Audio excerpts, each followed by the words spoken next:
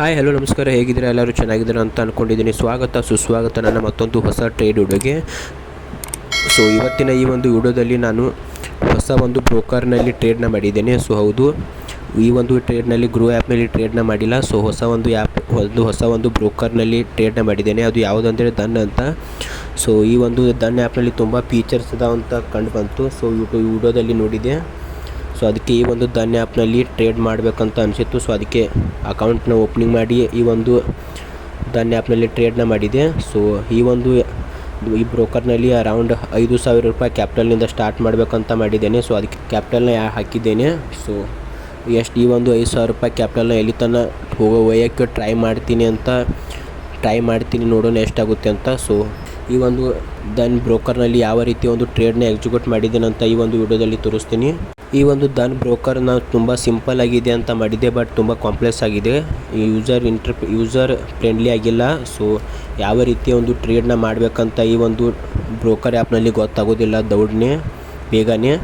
So ಇನ್ನೂ ತುಂಬ ಕಲಿಬೇಕು ಈ ಒಂದು ಆ್ಯಪ್ನಲ್ಲಿ. ಸೊ ಇನ್ನೊಂದು 2 ವಾರ ಈ ಒಂದು ಆ್ಯಪ್ನಲ್ಲಿ ಟ್ರೇಡ್ನ ಮಾಡ್ತೀನಿ. ಸೊ ಕೈ ಕೂತಿತ್ತಂದರೆ ಈ ಒಂದು ವಿಡಿಯೋದಲ್ಲಿ ಈ ಒಂದು ಆ್ಯಪ್ನಲ್ಲಿ ಕಂಟಿನ್ಯೂ ಮಾಡ್ತೀನಿ, ಇಲ್ಲ ಅಂದರೆ ಬೇರೆ ಯಾವುದಾದ್ರು ಮತ್ತು ಬ್ರೋಕರ್ನ ನೋಡ್ತೀನಿ. ಸೊ ಇವತ್ತಿನ ಈ ಒಂದು ವಿಡಿಯೋನ ಸ್ಟಾರ್ಟ್ ಮಾಡೋಣ ಬನ್ನಿ. ಸೊ ಇವತ್ತಿನ ಈ ಒಂದು ವಿಡಿಯೋದಲ್ಲಿ ಯಾವ ರೀತಿ ಒಂದು ಟ್ರೇಡ್ನ ಎಕ್ಸಿಕ್ಯೂಟ್ ಮಾಡಿದ್ದೀನಿ ಅಂತ ತೋರಿಸ್ತೀನಿ ಬನ್ನಿ.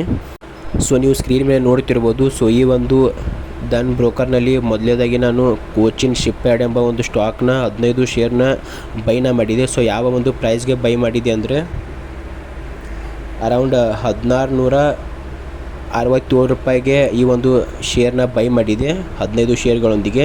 ಸೊ ಮತ್ತು ಇದನ್ನ 1,697 ರೂಪಾಯಿಗೆ ಸೆಲ್ನ ಮಾಡಿದೆ. ಅರೌಂಡ್ 30 ಪಾಯಿಂಟ್ಗಳನ್ನು ಈ ಒಂದು ಟ್ರೇಡ್ನಲ್ಲಿ ಕ್ಯಾಪ್ಚರ್ನ ಮಾಡಿದೆ. ಈ ಒಂದು ಟ್ರೇಡ್ನಲ್ಲಿ ನನಗೆ ಅರೌಂಡ್ 432 ರೂಪಾಯಿ ಒಂದು ಪ್ರಾಫಿಟ್ನ ಬುಕ್ ಮಾಡ್ಕೊಂಡೆ.